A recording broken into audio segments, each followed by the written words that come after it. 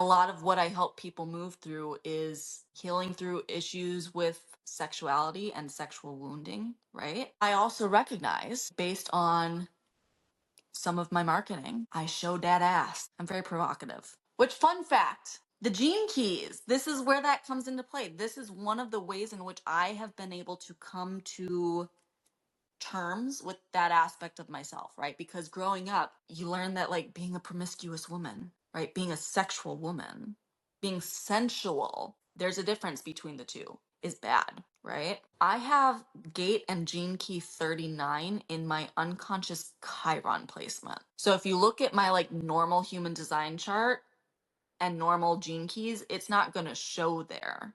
But when you dig a little bit deeper into these systems and you look at things like your ascendant, your descendant, your MC, your IC placements, your Chiron, your Lilith, that's where like I think it gets really freaking fun.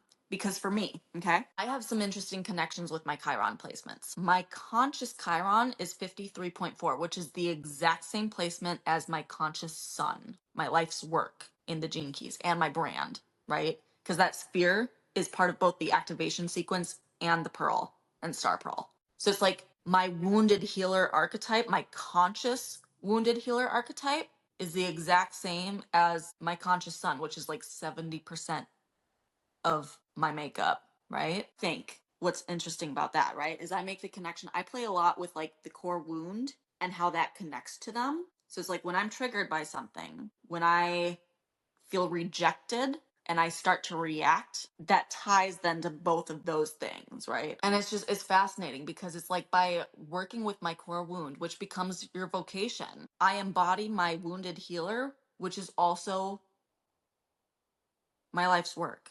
Fascinating connections. Tie it back into the 39 though, that's my unconscious. Gene key 39. The shadow is provocation. Provocation, provocation. I always mix up how I pronounce it.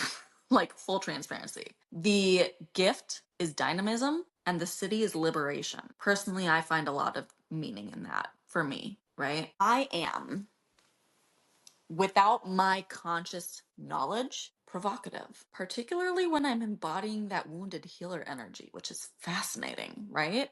So it's like me having done the work, having healed myself, and having started to help others heal from those same wounds is seen as provocative to people if they're in their shadows, right? To others, it's liberating. Sensuality and sexuality is often tied to being seen as provocative, right? Shift your mindset, liberate yourself.